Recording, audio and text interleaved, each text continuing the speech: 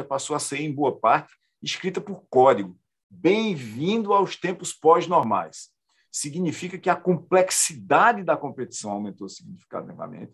Significa que o caos, no sentido teórico, inclusive, da teoria do caos, aumentou muito, e significa ainda mais que você vai viver em tempos de contradições. Eu tenho uma estratégia boazinha que eu acabei de fazer, mas alguém acabou de fazer outra e não pediu a minha permissão para atacar a minha. Eu vou ter que mudar a minha. Ou então, a minha será tão boa que vai resistir a esse ataque. Não é verdade de quase nenhuma estratégia. Perfeito. Silvio, pessoal, é o seguinte, eu vou abrir agora para a gente, o João Henrique já pediu aqui, eu vou passar para ele, vou pedir para a gente fazer as perguntas a Silvio, mas eu preciso que a gente seja bem objetivo, porque, como eu falei, Silvio só tem mais meia hora aqui com a gente, porque ele tem a reunião do conselho que ele vai participar. Então, eu sei que a gente tem, às vezes, empolgação de falar, mas fazer uma pergunta bem objetiva para a gente permitir que todo mundo pergunte o máximo possível. Então, João, por favor. Boa tarde, Manuel. Boa tarde, Silvio. Boa tarde a todos que estão participando. Bom, se estratégia é fruto de planejamento, se planejamento é maleável, não pode ser uma camisa de força, então, naturalmente, a estratégia também tem que ser maleável, não uma camisa de força. Por exemplo, nós estamos estabelecendo num grupo de marketing político para o ano que vem, fruto de uma aposta que todos estavam fazendo juntos, com experiências a mais diversificadas, a formação de um grupo que tem de jovens a pessoas mais idosas como eu.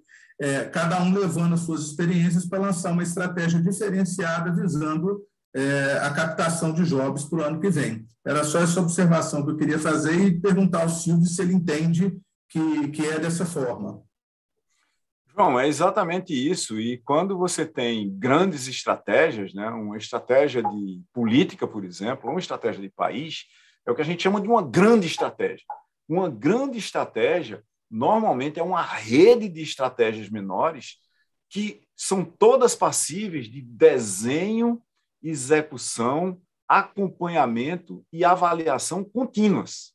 Contínuas. Qualquer um aqui que já participou de uma campanha de qualquer coisa, que não seja essas campanhas de marketing, onde o marketing define a priori que vai investir 100 milhões de reais nisso, ou uma campanha de fazer um produto do zero, sem perguntar para o mercado se ele quer, onde você, às vezes, investe bilhões, há casos de empresas digitais, recentemente, que investiram bilhões de dólares num produto que ninguém queria.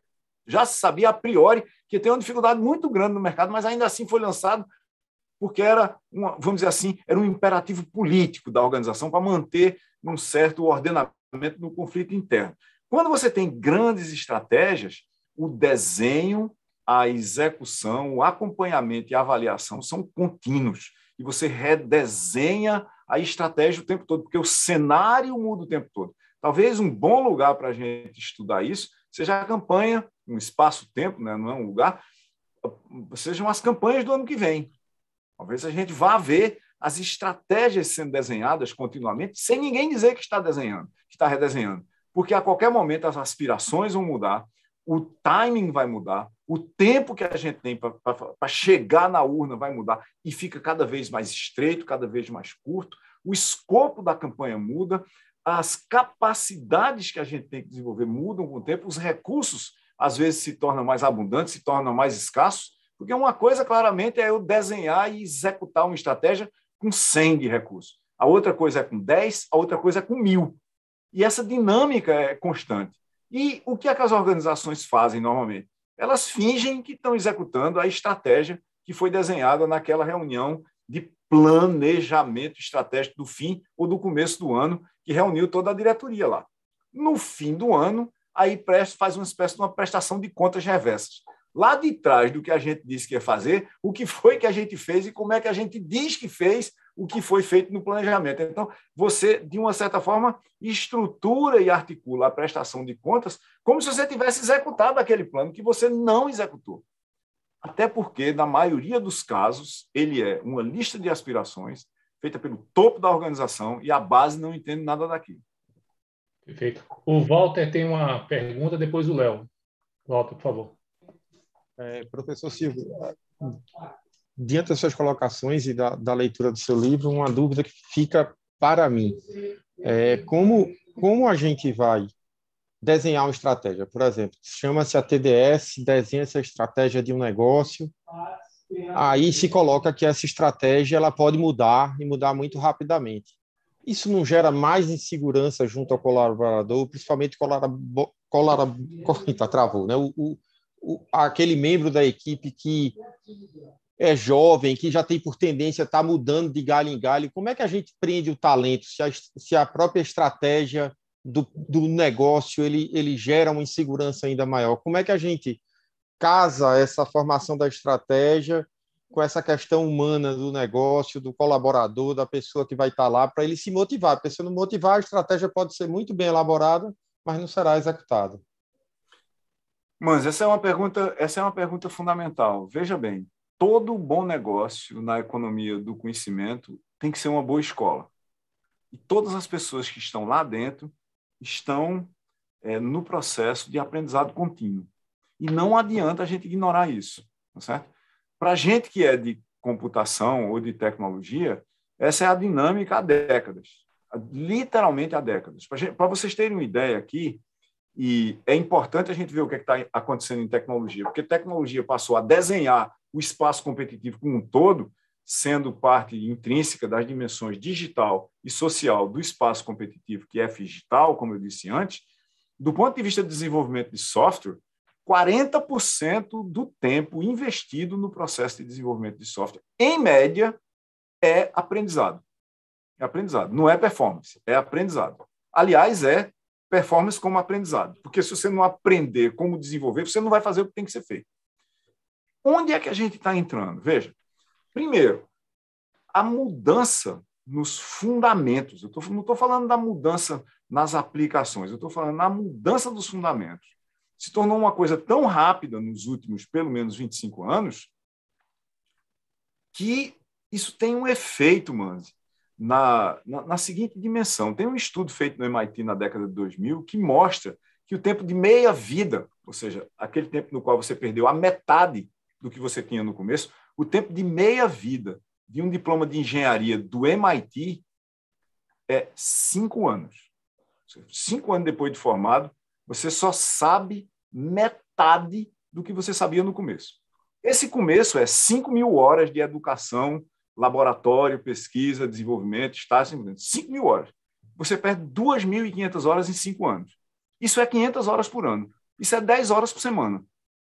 Ou seja, se você acabou de sair do MIT e você não estiver estudando 10 horas por semana, 10 horas por semana só aqui para nós de novo, vamos lá, assumindo dias de 10 horas de trabalho, é 20% da semana você tem que estar estudando, você tem que estar aprendendo, você tem que estar fazendo alguma coisa que mantém você competitivo naquele mesmo negócio onde você está. Então, essa dinâmica ela já está instalada. Ela já está instalada. O que a gente está vendo agora é ela acontecer no ambiente de negócios. E ela acontecer por causa de uma programabilidade das dimensões social e digital desse ambiente de negócios. E não tem como a gente parar isso. Não tem um sinal de uma estabilidade futura. Porque você veja, estava aí, as pessoas diziam, não, então agora estabeleceu esse negócio de redes sociais e só vai ter essas que tem aí mesmo. Aí, do nada absoluto, aparece TikTok, que leva as redes sociais incumbentes. Veja, nós estamos falando de redes sociais incumbentes, são coisas que foram criadas há 15 anos e ficaram velhas já. Tem que reagir dizendo, não, peraí, eu não estou no negócio de redes sociais, não, eu estou no negócio de metaverso. Aí sai todo mundo para dizer, peraí, que coisa é esse negócio de metaverso? Aí, no negócio de metaverso, você que sabia, por exemplo, vamos imaginar um coder ou um designer, gente que está dentro desse ambiente digital. O coder e o designer, que estavam acostumados com desenho e implementação de interface em 2 dimensões, tem que passar a pensar em 3 dimensões. Tem que passar a pensar em conflitos de objetos em 3ª dimensão. É outra técnica, é outro fundamento completamente diferente. E eles vão ter que aprender. E tem, sabe quanto tempo para aprender, pelas minhas contas? 2, 3 anos. 2, 3 anos. Sabe por quê? Porque lá de trás, do ambiente de aprendizado dentro da universidade, está vindo um pessoal que já vem sabendo disso. E quem não souber está fora do mercado. Essa dinâmica da gente, o Luciano Floridi, Manzi, tem uma palavra para isso, chamada on life. É o estilo de vida que a gente tem daqui para frente. Você está online o tempo todo e é a sua vida que está online o tempo todo. Ou seja, seu processo de debater, de discutir, de participar, de colaborar e de aprender. E é contínuo. Todo negócio que quiser sobreviver vai em educação e experiência, pesquisa e desenvolvimento, conjugados os 4, transformados isso em performance como parte da estratégia do negócio. Essa instabilidade, e eu concordo com você, que gera uma insegurança muito grande. Não é só em nós que temos 60 anos, 70 anos, mas em quem tem 20 que fica olhando, peraí, está indo para tanto canto ao mesmo tempo que eu vou para onde? Aprenda fundações, reaprenda fundações o tempo todo. Tenha uma performance em alguma faceta do espaço digital que lhe torna competitivo agora, mas esteja o tempo todo desconfiado que você precisa saber mais do que você sabe agora, porque a ilha do conhecimento é rodeada de praia de ignorância. E quanto maior a ilha do conhecimento que a gente domina, mais praia de ignorância, mais área de praia de ignorância ela tem. Léo, por favor. Manel e Silvio, eu tenho medo que o Silvio monte uma igreja, porque eu deixo o meu ateísmo de lado e vou acabar sendo seguidor da igreja dele. Sabe? Vai ser a igreja do Maracatu noturno. Lá. Vai ser a igreja do conhecimento digital. Silvio, eu fiz uma... Aí eu penso em várias coisas quando você começa a falar de estratégia. Eu penso não só do meu trabalho, mas também em voos acadêmicos e acho que é muito enriquecedor aí, pessoalmente e profissionalmente, essa tua conversa. Mas você lembra, em 2017, ou seja, há 4 anos, justamente nesse período, eu fiz uma entrevista contigo, no Correio Brasiliense na época, que me inspirou a fazer uma série sobre fake news. E, a partir daí, eu comecei a fazer, de janeiro até o final do ano, várias reportagens sobre fake news. Na época, você dizia, a manipulação nas redes é a maior de todas as guerras. Eu passei o link para você, Manel, dessa entrevista com o Silvio, depois eu posso colocar também no chat.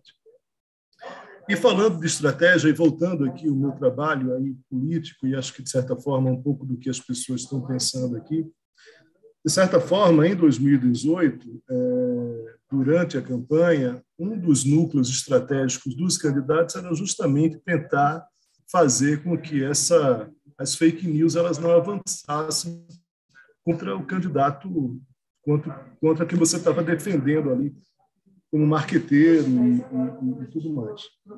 Nas eleições norte-americanas do ano passado, de certa forma, isso não acontece. As fake news não foram um debate ali principal em relação, né? A gente pode dizer que houve, mas houve um debate ali mais periférico. Agora, a preocupação da gente anterior era com as urnas eletrônicas. Bolsonaro, no meio de tanta dificuldade, acabou tirando um pouco esse tema da pauta. Mas o que você acha aí, o que você tem visto em relação ao que você observa do processo eleitoral, evidentemente como estratégia também, pensando em estratégia política, como é que você acha que tentando aí fazer uma previsão e a partir do que você já tem hoje, de como essa campanha eleitoral ela se desenvolve e o que é que pode ser nocivo em relação a essa campanha eleitoral do próximo ano? Sei que é uma pergunta difícil, na verdade, mas se você puder me dar um ponto, eu vou até o final. Tá bom. Léo. Antes de falar, são 17h37, a gente tem mais 2 perguntas, do Carlos e do Kelly, então, só para você se organizar. Beleza. Vamos tentar fazer... Essa pergunta de Léo tem 2 respostas. Uma com 2 palavras, que é não sei, e outra que é uma tese de doutorado, que eu não vou fazer aqui na frente de todo mundo, porque eu não sei fazê-la. Mas deixa eu voltar, Léo, para o seguinte. William Gibson, que é o autor de Neuromancer, que é o cara que basicamente fundou a noção de cyberpunk junto com Neil Stephenson, que é, por acaso, o cara por trás do conceito de metaverso, lá no começo das redes, né, redes digitais, não era nem das sociais ainda, a Gibson publicou um texto dizendo o seguinte: nós ainda vamos nos arrepender da possibilidade que nós estamos criando agora de qualquer pessoa publicar na internet sua visão de mundo. Nós nunca mais teremos uma visão coerente do mundo daqui para frente. E ele estava, obviamente, absolutamente certo. Ele não estava fazendo nenhuma análise de Facebook, nem de nada, e nem de nenhuma outra rede social, que é basicamente o seguinte: a partir do momento que você deixa de ter o controle editorial da informação, E foi isso que você fazia em tempos de escassez, por exemplo, um tempo de escassez onde não havia nem papel para imprimir um livro, caso do Brasil até o fim do século XIX, os livros que circulavam no Brasil tinham um imprimato de um censor, que era a coroa portuguesa. Não é? Antes disso, era a própria Igreja Católica Apostólica Romana que ia lá e dizia, pode publicar, não pode publicar. Então, você tinha um controle centralizado da opinião. Isso afetava diretamente o espaço público. Quando a gente bota o espaço público no contexto que ele está agora, e Eugênio Butti tem um livro muito bom sobre isso, né? Publicado recentemente, inclusive, você começou a fazer o seguinte, no começo, vejam, voltem para 2006 ou 2007, para a versão de Facebook pós-smartphones, que se estabiliza ali em 2009, mais ou menos. Né? Ali, em 2009, Facebook não tinha controle editorial da informação. Tá certo? O modelo de negócios de Facebook e das redes sociais, em geral, era o mais simples do mundo. Deixa as pessoas criarem seus feeds. E aí, os especialistas em modelos de negócios descobriram uma coisa mágica. Se eu interferir na forma como as pessoas criam seus feeds, dando sugestões que mais irritam, ou que mais ligam as pessoas, ou que mais criam cola para as pessoas ficarem mais tempo nos seus feeds, eu tenho mais possibilidade de montar anúncios. E, em função disso, qualquer tentativa de analisar o que era que estava sendo sugerido do ponto de vista semântico ou dos impactos socioeconômicos, psicológicos e políticos disso foi jogado fora, totalmente jogado fora. Então é o seguinte, a pessoa está vendo coisas que são agressivas, de direita, racistas, o escambau, vamos sugerir para ele entrar em grupos de Canon, aquela seita americana lá. Vamos sugerir isso e vamos tentar fazer com que essa pessoa entre lá de qualquer jeito. Porque se ele for para lá só tem isso, ele vai ficar o dia todinho vendo isso e eu mostrando anúncio e convertendo uma carteira de cigarro aqui, uma bicicleta, uma caixa de bala lá e assim por diante.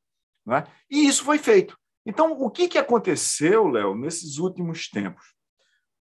Eu tenho textos escritos, estão lá no meu blog, silvio.meira.com, da década de 2010 até o meio da década de 2010, defendendo peremptoriamente que as redes sociais são intermediários informacionais puros. Isso era verdade até o meio da década de 2000.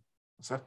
Do fim da década de 2000 para frente, eles passaram a ter capacidade editorial de recomendação nos algoritmos e deixaram de ser isso e deveriam ter passado a ser reguladas como tal.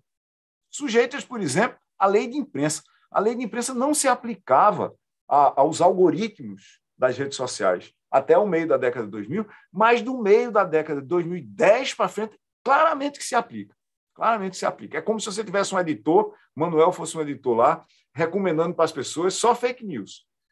E isso cria a oportunidade, aí você vê como é que isso vai ser usado do outro lado, isso cria a oportunidade de você fabricar, mesmo que seja através de outro nível de fake, que são bots, para criar guerras de narrativas. Quer dizer, você tem fake news e guerras de fake news de múltiplos lados do embate no espaço público, criados e promovidos e provocados e articulados por algoritmos. Eu posso escrever um algoritmo que pega qualquer coisa que for publicada, dá para fazer isso de boas com machine learning, por exemplo, transforma aquilo em mala informação, desinformação ou fake news pura mesmo, e eu jogo isso de volta nas minhas redes para ou contornar alguma coisa que está me atacando ou atacar alguma coisa que está no meu desenho atacar. Na última eleição dos Estados Unidos, isso teve eu diria, não teve tanta importância assim, exatamente porque teve muita importância na eleição anterior a ela, na eleição onde o Trump foi eleito.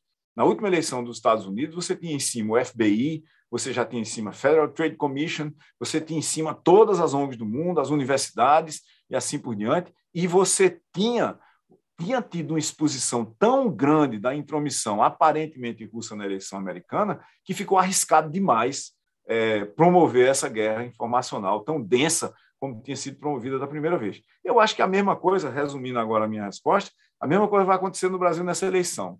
A gente tem evidências claras de que isso aconteceu na eleição anterior, mas é aquela coisa que, se não for eu acho, interceptada e contida, seja por um julgamento ou interrupção mesmo, em tempo quase real, fica muito difícil, 3 anos depois, você fazer um julgamento e dizer, então, está aqui as provas de que aconteceu e vamos caçar a chapa que ganhou a eleição.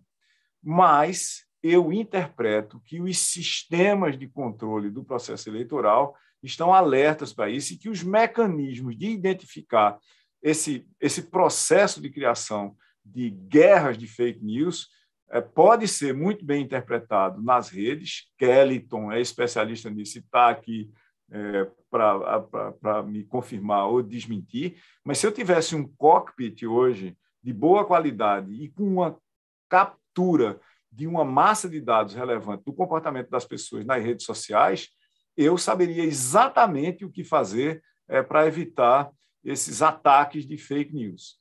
Ainda mais, eu acho que as redes sociais deveriam ser incentivadas a controlar essas guerras de fake news e, se incentivadas não reagissem, deviam ser reguladas para tal. Mesmo que a regulação fosse só no processo eleitoral, só no período eleitoral. Carlos, eu peço para você que é o seguinte, você que empresário, empreendedor, contemporâneo de Silvio lá do ITA, vocês foram na mesma turma do ITA, né? Então, contemporâneo. Vamos voltar ao tema da estratégia, porque sem deixar política aqui, a gente fica 3 anos aqui falando sobre política. Vamos voltar ao tema da estratégia do ponto de vista empresarial. Então, se você tem uma pergunta de política, eu peço que você faça uma pergunta de negócio. Não, eu concordo com você. Bom, prazer falar com você, Manuel, Silvio, amigos. É uma alegria estar aqui encontrando vocês e o tema é muito bom. E vamos deixar, pode marcar um outro papo. A gente faz uma só disso. Léo, o SBT organiza, a gente vai lá todo mundo para o SBT e fala só disso. Show. A minha pergunta tem a ver com alguns comentários que foram feitos aqui, que você comentou, que tem a ver com o seguinte, né? Todo esse lance da estratégia, que você muito bem colocou, traz uma dinâmica, né? Você fez até a comparação, né, do nosso mundo ágil, da ciência da computação, do desenvolvimento, e eu entendi que o que você disse foi que as empresas vão precisar abraçar o comportamento ágil para conduzir os seus negócios da mesma maneira que a gente conduz desenvolvimento de software de última geração. Mas aí, nos comentários dos colegas, surge um outro fenômeno, que eu brinco aqui com os meus filhos, né, quando tem algum evento estranho, digo, olha, o ser humano é 99% emoção, 0% de razão e 1% de características desconhecidas que tornam o ser humano muito complexo. E aí você diz o seguinte, né, você falou das redes sociais. As redes sociais mostram que nós somos, de certa maneira, manipulados a comportamentos novos em função de como a gente recebe as informações através das redes sociais. Como é que você imagina que essa nossa realidade humana e esse fato de que a gente é influenciado claramente pelas informações, fake, não fake, enfim, a gente é influenciado no nosso comportamento. Como é que na estratégia de uma empresa, de um negócio, especialmente em organizações grandes, em que as empresas precisam estar dinamicamente se adaptando, e o ser humano é intrinsecamente resistente à mudança, esse é um dos grandes problemas da transformação digital, é que você pensa tudo e na hora que você vai implementar, as pessoas não querem mudar, elas resistem a mudar, então as empresas precisam ser ágeis, as estratégias precisam ser dinâmicas, as pessoas resistem à mudança. E o nosso comportamento é influenciado por informações que podem, eventualmente, ser geradas por inteligência artificial. Como é que vai ser esse novo contexto de definir estratégia e aí trazer a moçada para que ela, de fato, se comporte para que a estratégia ocorra como ela foi pensada? Porque as pessoas vão ter que mudar o comportamento, né? Como é que você imagina isso acontecendo? Carlos, essa é outra daquelas perguntas complexas que ou a gente responde com 2 palavras ou tem horas de debate. Mas vamos lá. Primeira coisa é o seguinte, a gente vive num mundo onde uma parte das pessoas acredita em zumbi. Né? Acredita em zumbi, ponto. Então, no mundo onde as pessoas acreditam em zumbi, a gente está vivendo parcialmente num mundo que não é científico. Ou seja, mesmo depois de 7.000 anos de ciência, as pessoas acreditam em zumbi. Agora, bora lá.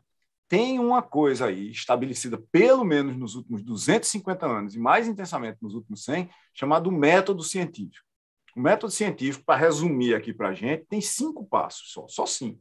Né? Quais são as empresas que vão sobreviver na era do conhecimento, que dependem intrinsecamente de conhecimento e sua execução em contexto para agregar competitividade? São as empresas que aprenderem rápido o suficiente. Eu vou falar do método científico e os 5 passos em 1 minuto, mas sobre o que você falou de agilidade, veja, um dos problemas de estratégias em negócios é como é que você cria a capacidade de decidir rápido. Como é que você cria a capacidade de decidir rápido, de mudar rapidamente, tá? Vou dar um dado aqui. Tem um trabalho publicado no ano passado, em setembro do ano passado, que analisa mais de 10 mil projetos e essa análise pode ser resumida em 4 números, que eu vou dar para vocês aqui agora, porque eu consegui, Carlos sabe que eu raramente consigo decorar um número de qualquer coisa, mas esse eu consegui gravar aqui na minha memória. Veja, se o tempo de... Isso é independentemente da tecnologia usada ou de o que é o projeto. Pode ser de construir casas a escrever sistemas operacionais. Se você tomar as decisões no lugar onde o projeto está sendo executado, lá na borda, quem está fazendo, se essas decisões forem tomadas em menos de 1 hora, encontrei o problema, tomei a decisão de usar a alternativa A ou B ou C para resolver, ou de não resolver. Se eu tomar as decisões em menos de 1 hora, a taxa de sucesso dos projetos é 58%. Menos de 1 hora, 58%, a 68% de taxa de sucesso, certo? Menos de 1 hora de tempo de tomada de decisão, 68% de taxa de sucesso. Se o tempo de tomada de decisão for mais de 5 horas, ou seja, se passar mais de um período de trabalho, mais de um expediente clássico, para tomar a decisão, a taxa de sucesso dos projetos cai para 18%. Só 2 em cada 10 dão certo, contra 7 em cada 10. Ou seja, você passar muito tempo tomando decisão mata o projeto. Esse é o primeiro problema de estratégia em qualquer lugar. Agora, como que a gente resolve, do ponto de vista dos negócios e da estratégia, o processo de evolução do conhecimento? É usando o método científico, o velho e bom método científico. 5 passos abstratos aqui em 30 segundos. Primeiro passo, o que eu não sei? As pessoas são apaixonadas pela sua sabedoria. Elas precisam se apaixonar pelo que elas não sabem. Porque, muito provavelmente, o que eu não sei vai entrar em conflito com o que eu sei, vai mudar a minha percepção de realidade, que vai desmontar muita coisa que eu sei em tempo de transição. Segundo ponto do método científico, qual é o problema que a gente está tentando resolver? Como é que eu codifico o problema? A vasta maioria das pessoas está tentando resolver um problema tão mal definido que a solução é inútil. Então, o problema é, qual é o cenário do ponto de vista de negócio? Quais são as personas? O que acontece nesse cenário? Ele é codificado, ele é qualificado como? Quais são os fundamentos desse cenário? Por exemplo, hoje, se você está em negócio e vai tentar resolver um problema qualquer e acha que, não, porque eu tenho uma loja de fazer alguma coisa, eu estou competindo no espaço físico, você está fundamentalmente errado, porque o espaço não é mais físico. O espaço de competição é digital, seja lá o que você for fazer. Pode ser uma loja de trocar pneus. Terceiro ponto. Para eu resolver um problema que eu codifiquei, eu não posso ter teses. As pessoas estão acostumadas a se apaixonar pelas suas teses, pela chave de fenda que ela tem. Se você tem uma chave de fenda e só tem a chave de fenda, todo problema é um parafuso a ser apertado ou afrouxado. Então, a primeira coisa é o seguinte, tenha hipóteses, não tenha teses. Eu tenho hipótese. Aí eu vou testar a minha hipótese num espaço-tempo, num ambiente, num contexto limitado. Vou fazer um protótipo de baixa resolução e vou ver se a minha hipótese resolve o problema. Se a minha hipótese resolver o problema, eu volto para a base do método científico e tento falsificar as consequências da minha hipótese. Resolveu dessa forma, criou essas consequências aqui. Aí eu tento descobrir se em algum contexto aquela consequência não vale. Se ela não valer, a hipótese não serve para resolver o problema. Certo? Se a gente resolve ali, né, eu testei os componentes que podem vir a ser a vacina num prato de laboratório, não sei o que lá, e matou os vírus lá, aí eu vou começando a escalar a minha solução. Escala da solução. Vou transformar em funções de negócio.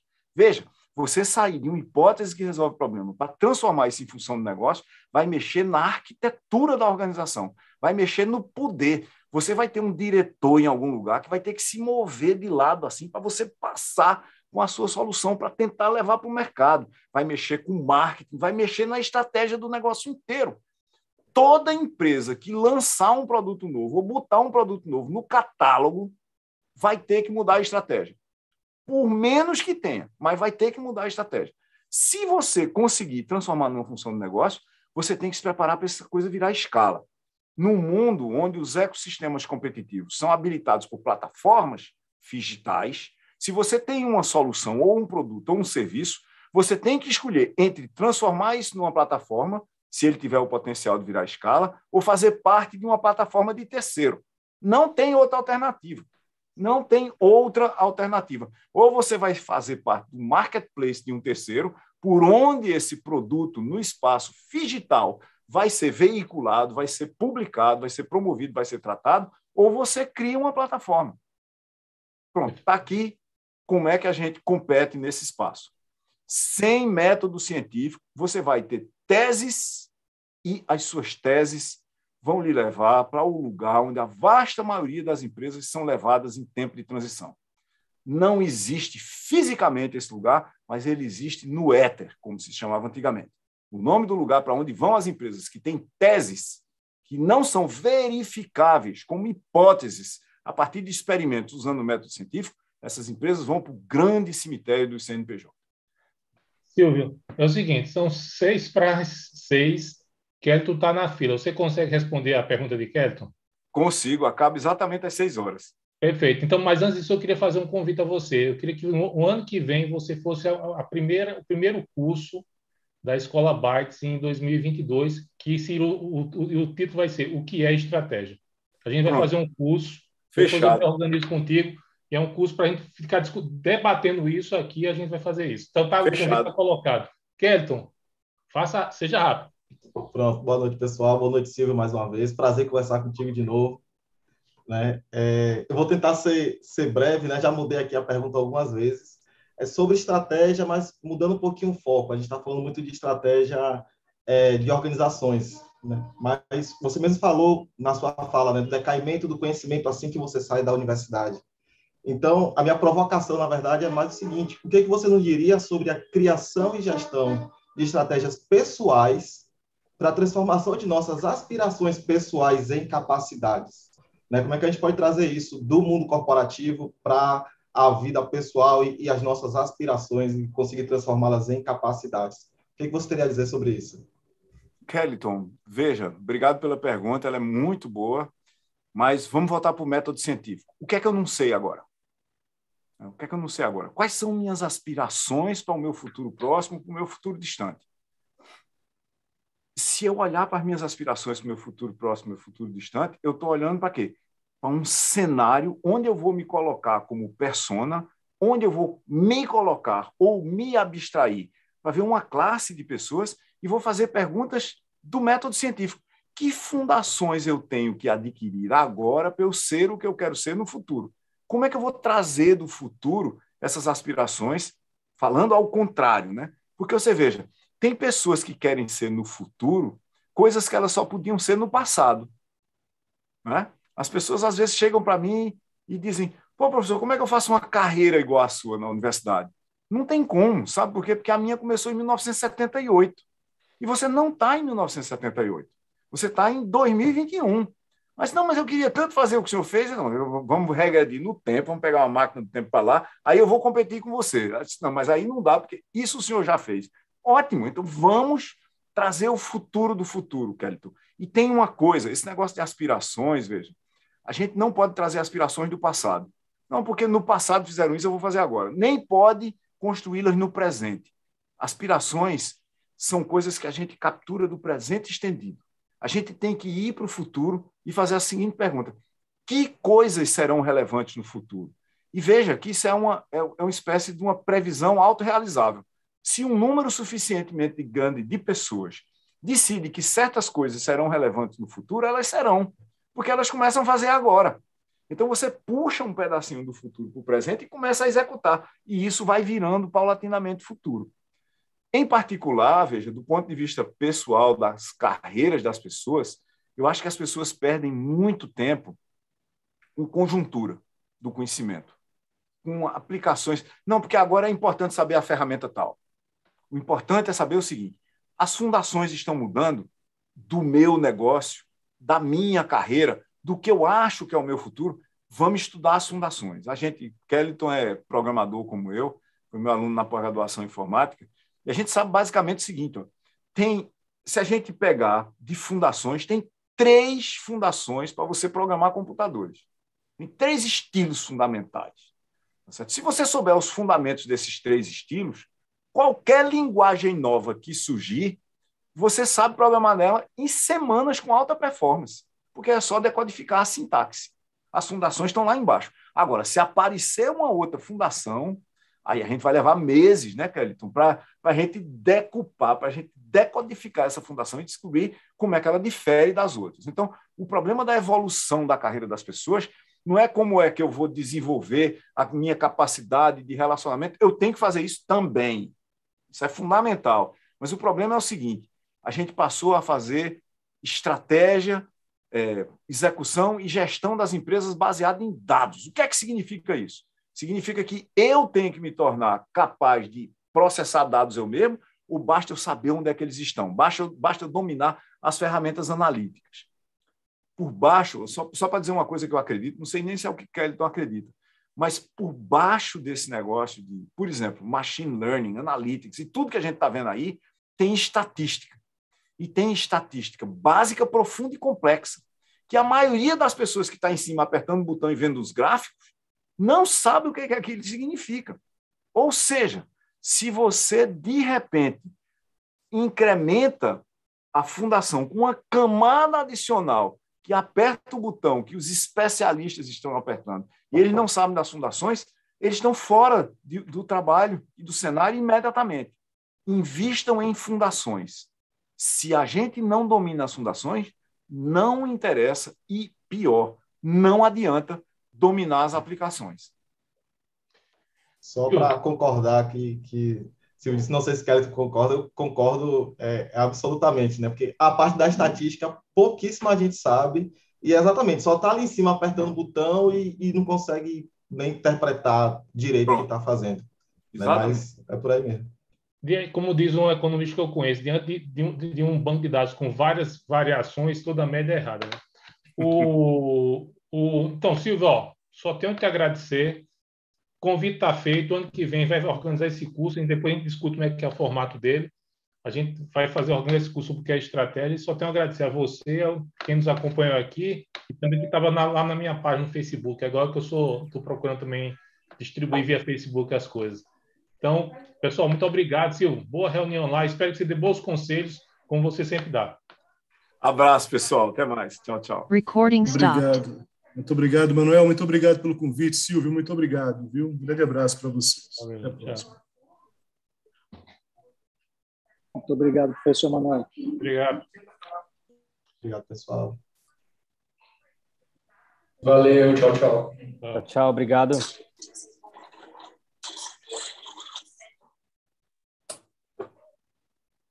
Obrigado, Manuel. Boa noite. Obrigado aí. Fábio, tu consegue ficar aí 5 minutos e falar? Opa, consigo.